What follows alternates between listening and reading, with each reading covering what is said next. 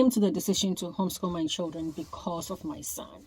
So 6 years ago, I believe 6 years ago was when we started. My son was severely on the autism spectrum, and he was around 5 years old, and he had started kindergarten in a private school. The therapist, the ABA therapist that used to come to my house, decided to follow him to the private school. However, during the school hours, my son never sat in a classroom. He was just too hyperactive. You could not get him to sit in the classroom, period.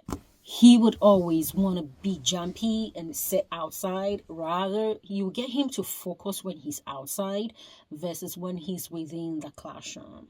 I now know it's because of the toxicity level within the classroom. So he would not just sit in it. So they would always have the therapy sessions outside of the classroom. And mind you, this is a private school where both of my kids go. I have an older girl, they all go to the private school. And so I begin to say to myself, if they are having the sessions outside of the classroom, why am I paying for him to go to school? Besides, he was always late. Like, school started at 8, my kids get around 10, and this is a private school. They knew my son was special needs, so they knew it would take time for me to get my son ready because they knew he was really hyper. So they really never bothered me with us coming in late. So I decided that if they're going to school late, around 10 or 11, and he in particular is not staying in the classroom, why are they going to school? Why am I spending money to take them to school? However, there is my daughter as well. My daughter, on the other hand, she was way ahead of her class academically, right? Even there are situations where when they're doing academics, her teacher will give her a tablet to do something more advanced than what the kids are doing. And so for her, classroom settings was also not benefiting her. And those two situations really made it very easier for me to pull them out of school.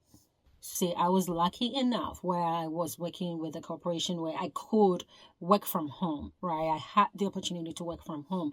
And so it was easy. It was an easy decision for me to say, okay, let me pull my children out of school. And I pulled them out of school, right? I started researching on homeschooling. How can I really homeschool them? Because I'm a single mom. It's going to be a tough decision, or it's going to be a tough process. How do I really go through with it? And I joined several Facebook groups. I think that is one of the glorious things out there, where there is a community of people out there that have already done it and kind of walk you through it. And academically, they were already doing common, both kids were doing common, both reading and math. And so they were kind of getting the academics on the common side.